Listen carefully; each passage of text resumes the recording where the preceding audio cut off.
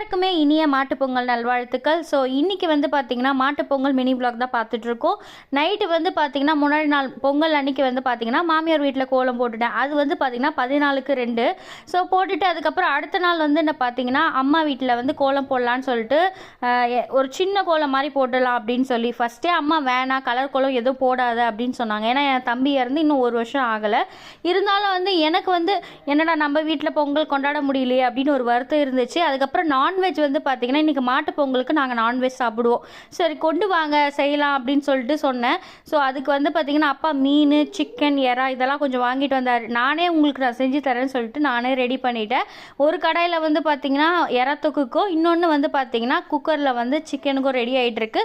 மீன் வந்து பார்த்திங்கன்னா மசாலா தடவி ஃப்ரிட்ஜில் வச்சுட்டேன். இது வந்து டெய்லி வியர் கலெக்ஷன் அப்புறம் அம்ப்ரெல்லா மாடல் வந்திருக்குன்னு சொன்னால் நிறைய பேர் வந்து வாங்கிட்டீங்க. அது ரொம்ப சந்தோஷமாக இருந்துச்சு. இன்னும் நிறைய கலெக்ஷன்ஸ் இருக்குது. வேணும்னாங்க வந்து கலெக்ஷன் பார்த்துட்டு உங்களுக்கு வேண்டியதை வாங்கிக்கோங்க.